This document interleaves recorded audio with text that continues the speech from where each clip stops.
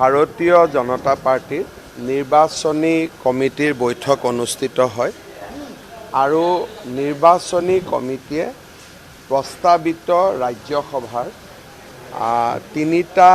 তিনিখন আসনৰ বাবে আমি এটা নামৰ পেনেল প্ৰস্তুত কৰোঁ আৰু সেই পেনেলটো অহাকালি কেন্দ্ৰীয় সংসদীয় বৰ্ডলৈ প্ৰেৰণ কৰিবলৈ আমি ৰাজ্যিক সভাপতি দিলীপ শইকীয়া ডাঙৰীয়াক আমি দায়িত্ব ন্যস্ত কৰোঁ। ইয়াৰ উপৰিও অহা 28 ফেব্ৰুৱাৰীৰ পৰা আমাৰ ভাৰতীয় জনতা পাৰ্টিৰ জন আশীৰ্বাদ যাত্ৰা আৰম্ভ হ'ব। সেই বিষয়ে কোনটো ৰাস্তা দি হ'ব, কেনেকৈ হ'ব, কোন থাকিব, এই বিষয়েও আজি আমাৰ আলোচনা হয় আৰু অহাকালি ৰাজ্যিক সভাপতি দিলীপ শইকীয়া ডাঙৰীয়াই জন আশীৰ্বাদ যাত্ৰাৰ যিটো স্বৰূপ হ'ব সেই স্বৰূপ সম্পৰ্কে আপোনালোকক অৱগত কৰিব। ৰাজ্যসভাত BPF দলে আসন বিচৰা নাই আৰু BPF দলৰ তেনেকুৱা কোনো প্ৰস্তাৱো নাই।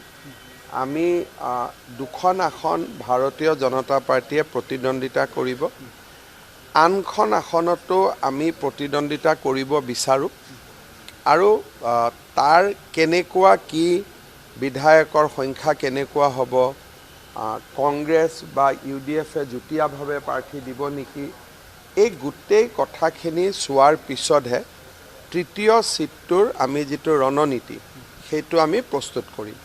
দুটা সিটটোতো আমি জিকিম। যোৱাবাৰ আমি নিৰ্বাচনৰ আগত আমি এটা সিদ্ধান্ত লৈছিলোঁ যে আমি প্ৰতিদ্বন্দ্বিতা নকৰোঁ আৰু সেইকাৰণে অজিত ভূঞা ডাঙৰীয়াৰ আমি বিৰোধিতা কৰা নাছিলোঁ।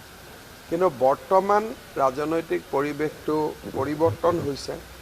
যদি বিৰোধীয়ে সমূহীয়া প্ৰাৰ্থী দিয়ে তেতিয়াহ'লে আমাৰ প্ৰাৰ্থীগৰাকী কেনেকুৱা হ'ব তাক আমি সিদ্ধান্ত ল'ব লাগিব আৰু বিৰোধীয়ে যদি সমূহীয়া প্ৰাৰ্থী নিদিয়ে তেতিয়াহ'লেও আমাৰ প্ৰাৰ্থীগৰাকী কেনেকুৱা হ'ব সেই বিষয়েও আমি সিদ্ধান্ত ল'ব লাগিব।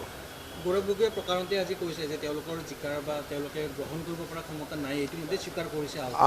যদি কংগ্ৰেছ দলে সমূহীয়া প্ৰাৰ্থী নিদিয়ে তেতিয়াহ'লে আমাৰ চিলেকশ্যনটো ইজি হ'ব, কিন্তু যদি কংগ্ৰেছ দলে সমূহীয়া প্ৰাৰ্থী দিয়ে তেতিয়াহ'লে বিজেপিয়ে হয়তো একেবাৰে বিজেপিৰ মানুহ নিদি, কাৰ্যকৰ্তা নিদি, আমিও হয়তো সামাজিক বা অৰাজনৈতিক এনেকুৱা ধৰণৰ কথা চিন্তা কৰিব লাগিব।